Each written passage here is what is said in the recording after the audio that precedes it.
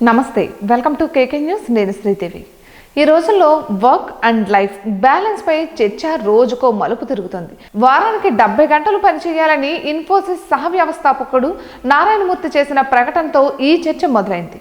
అయితే తాజాగా నారాయణమూర్తి కుటుంబ సంపద కేవలం 24 గంటల్లో దాదాపు 1900 కోట్ల రూపాయలకు తగ్గింది.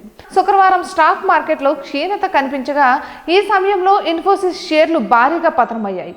దీంతో కంపెనీ మార్కెట్ క్యాప్ లేదా మార్కెట్ క్యాపిటలైజేషన్ పడిపోయింది. భారతీయులు వర్క్ లైఫ్ బ్యాలెన్స్ కాకుండా పనిపై ఎక్కువ శ్రద్ధ పెట్టాలని ఐటీ కంపెనీ ఇన్ఫోసిస్ సహ వ్యవస్థాపకుడు నారాయణమూర్తి అన్నారు. వారానికి 6 రోజులు కాకుండా 5 రోజులు మాత్రమే పని చేసే సాంప్రదాయాన్ని కూడా ఆయన ప్రశ్నించారు. అంతేకాకుండా వారానికి 70 గంటలు పనిచేయాలని ఆయన సూచించారు. ఇక ఆ ప్రకటన తర్వాత సోషల్ మీడియాలో పెద్ద దుమారమే చెలరేగింది. చివరికి పెద్ద దిగ్గజ కంపెనీ ప్రముఖులు కూడా ఇందులో భాగమయ్యారు. శుక్రవారం బిఎస్ఈలో ఇన్ఫోసిస్ షేర్లు 5.8%తో భారీగా పడిపోయాయి. దీంతో ఇన్ఫోసిస్ షేర్ 18-15 వద్ద ముగిసింది.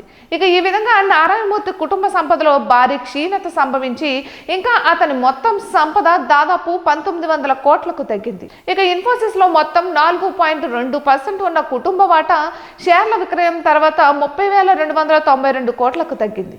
ఈ విధంగా ఇన్ఫోసిస్ మార్కెట్ క్యాపిటలైజేషన్ 7.53 లక్షల కోట్లకు తగ్గింది. ఇటువంటి మరెన్నో వీడియోస్ కోసం కేకే న్యూస్ తెలుగు ఛానల్ని సబ్స్క్రైబ్ చేసుకోండి.